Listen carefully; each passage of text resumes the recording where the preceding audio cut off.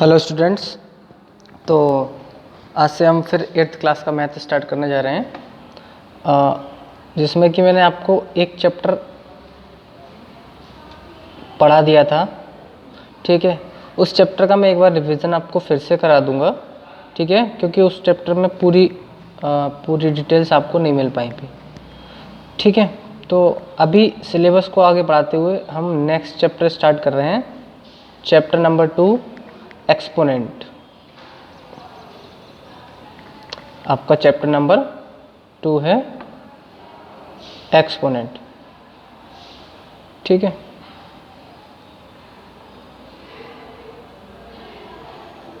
तो चलिए देखते हैं क्या है इस चैप्टर में। तो सबसे पहले समझते हैं एक्सपोनेंट क्या होते हैं। ठीक है ना, तो एक्सपोनेंट के लिए कैसे यूज़ होता है इसका, जैसे कि फॉर एग्जांपल मैंने लिखा है 597,0,000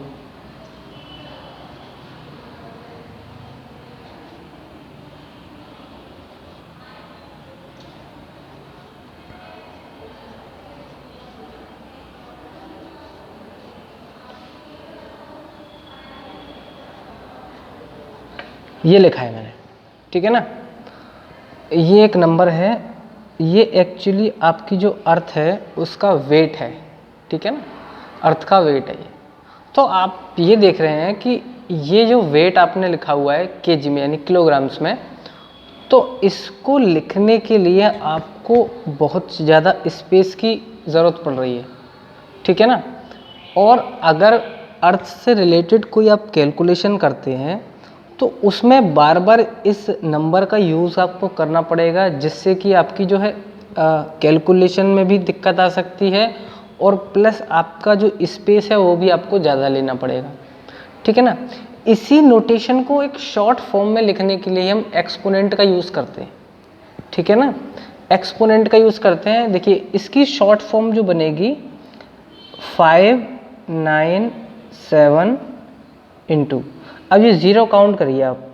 ज़ीरो कितने हैं इसमें, 1 4 7 10 13 16 19 22।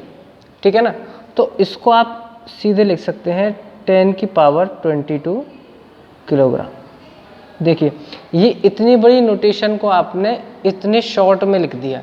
वो किसकी यूज़ से लिख दिया आपने, एक्सपोनेंट की यूज़ से। ठीक है ना, तो एक्सपोनेंट का जो यूज़ किया जाता है एक्चुअली वो लार्जर नंबर्स को शॉर्टर फॉर्म में लिखने के लिए यूज़ किया जाता है। ठीक है ना, फॉर एग्जांपल अगर मैं लिखता हूँ 1 2 3 4, ये आपका 10,000 मैंने लिखा है। ठीक है ना, तो ये इसकी शॉर्टर फॉर्म जो होगी वो एक्चुअली आप इस टाइप से लिख सकते हैं इसको। पहले तो आप इसको ऐसे लिख सकते हैं 10 इंटू 10 इंटू 10 इंटू 10। ठीक है ना, आप इस टाइप से लिख सकते हैं इसको। 10 का मल्टीप्लाई 4 टाइम्स करेंगे तो आपको 10,000 मिल जाएगा। ठीक है ना, और इसको आप क्या लिख सकते हैं 10, देखिए कितनी 10 है इसमें, 1 2 3 4 जीरो है तो 10 टू द पावर 4। ठीक है ना, तो यहाँ पर आपको ये समझना है कि ये जो 10 है ये है आपका बेस, और यहाँ पर जो 4 है यही है आपका एक्सपोनेंट। ठीक है ना, एक्सपोनेंट को अभी आप पावर भी कह सकते हैं। ठीक है ना, थोड़े इंटरचेंजेबली टर्म्स होते हैं पर थोड़ा सा डिफरेंट होता है, पर आपके लेवल से भी आप यही समझिए कि एक्सपोनेंट और पावर सेम। ठीक है ना, इंटरचेंजेबली यानी सिनोनिमस वर्ड हैं एक दूसरे के ये। तो आपको ये समझ में आया कि 10 क्या हो गया आपका बेस और 4 क्या हो गया एक्सपोनेंट। ठीक है ना, 4 आपका क्या हो गया एक्सपोनेंट। तो इसी फॉर्म में यानी कि 10 टू दी मैंने 10,000 की ये जो फॉर्म लिखी है आपने, इसी फॉर्म को क्या बोलते हैं, exponential form. Exponential form of 10,000।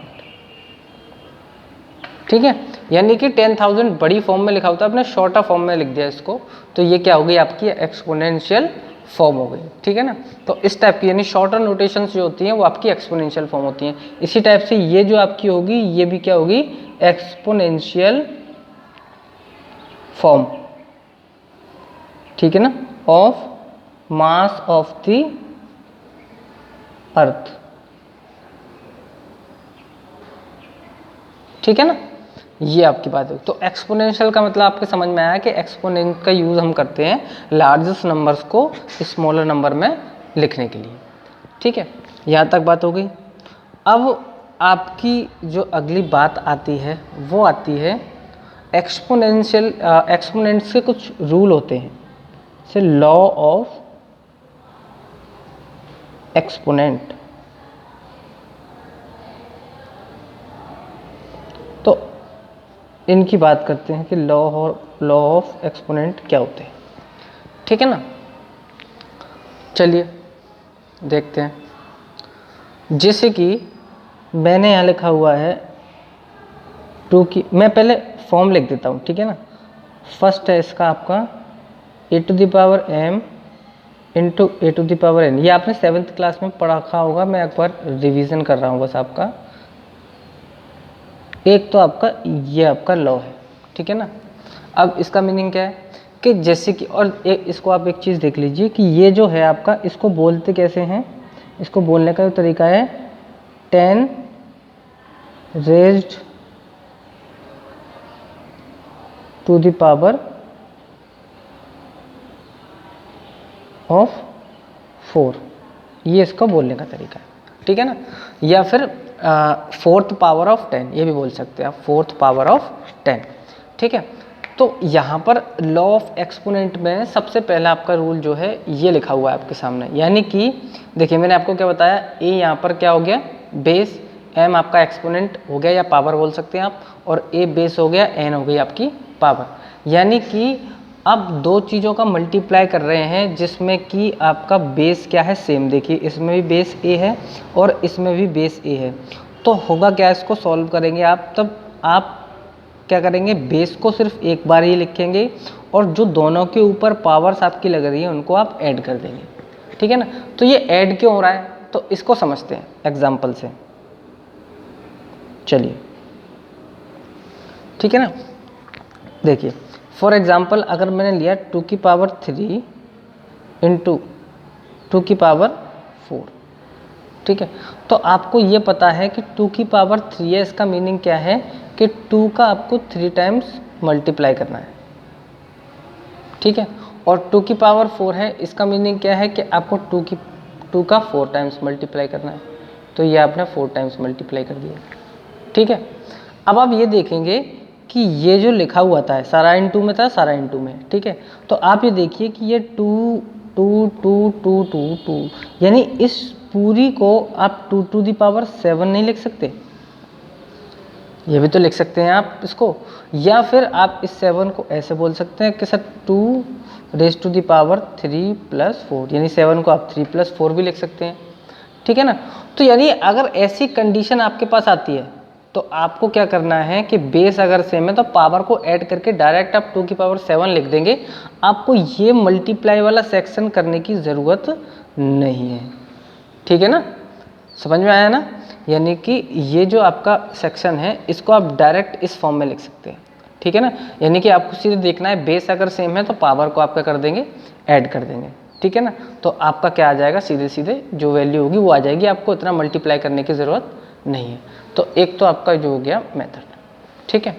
अगला देखते हैं, ये आपके समझ में आना चाहिए कि बेस अगर सेम है और तो पावर कैसे हो जाती है मल्टीप्लाई, और सबसे दूसरी कंडीशन ये है कि दोनों नंबर्स के बीच में मल्टीप्लाई होना चाहिए, मल्टीप्लाई का साइन होना चाहिए। अगर ऐड का या सब्ट्रैक्ट का या डिवाइड का साइन है तो ये रूल नहीं लगेगा, ठीक है ना। साइन किसका होना चाहिए, दोनों नंबर्स के बीच में मल्टीप्लाई का साइन होना चाहिए, ठीक है। आगे बढ़ते हैं, आगे आपका सेकेंड जो नंबर है, सेकेंड नंबर पे जो आता है आपका रूल, वो देखिए अब ये डिवाइड हो गया, अब अगर ये सॉरी मल्टीप्लाई हो गया, अब अगर ये डिवाइड में हो तो यानी a to the power m और a to the power n, तो क्या होता है इनका, तो पावर्स माइनस हो जाती हैं, पहले प्लस हो रही थी अब क्या हो जाएंगी, माइनस हो जाएंगी, ठीक है ना। पावर कैसे हो जाएंगी आपकी, माइनस हो जाएंगी, ये आपको चीज़ ध्यान रखनी है। चलिए तो इसको समझ लीजिए, जैसे मान लीजिए एग्जांपल के तौर पे आपने ले लिया एग्जाम्पल के लिए आपने ले लिया 2 की पावर 7 डिवाइडेड बाय 2 की पावर 5, तो आप इसको कैसे लिख सकते हैं? आप बोलेंगे सर इसको हम ऐसे लिख सकते हैं 2 की पावर 7 और 2 टू द पावर 5, डिवाइड है तो इसको मतलब ऐसे लिख सकते हैं। अब इसको कैसे लिख सकते हैं आप? इसको लिख सकते हैं 2 into 2 into 2 into 2 into 2 into 2 into 2, 7 times multiply होगा, यानी जितनी पावर लग रही है आपकी उतने टाइम्स आप इसका मल्टीप्लाई कर देंगे। इसके बाद क्या करेंगे? अब इस टाइप से नीचे कर देंगे आपके 2 इंटू 2 इंटू 2 इंटू 2 इंटू 2। ठीक है, तो आप ये देखेंगे कि डिवाइड हो रहा है तो 1 2 3 4 5, 1 2 3 4 5 कैंसिल हो गए। ठीक है ना, यानी ऊपर से 5 2 और नीचे से 5 2 कैंसिल हो गए, तो बचा आपका क्या? 2 इंटू 2, और इसको आप क्या लिख सकते हैं? 2 रेज़ टू द पावर 2। ठीक है, या फिर आप इस 2 को ऐसे नहीं लिख सकते कि 2 की पावर 7 माइनस 2, सॉरी 7 माइनस 5। ठीक है, तो 7 माइनस 5 एक्चुअली क्या है आपका? 2 ही तो है। यानी कि आपको अगर ये टर्म्स दिख जाए तो आप इतना सब कुछ ना करके सीधे यहाँ से इस स्टेटमेंट को ये डायरेक्ट लिख देंगे इस प्रॉपर्टी की हेल्प से। ठीक है, ये जो प्रॉपर्टी मैंने आपको बता दी है, उम्मीद करता हूँ आप लोगों के समझ में आ गया होगा ये प्रॉपर्टी। चलिए अगली प्रॉपर्टी पे पढ़ते हैं।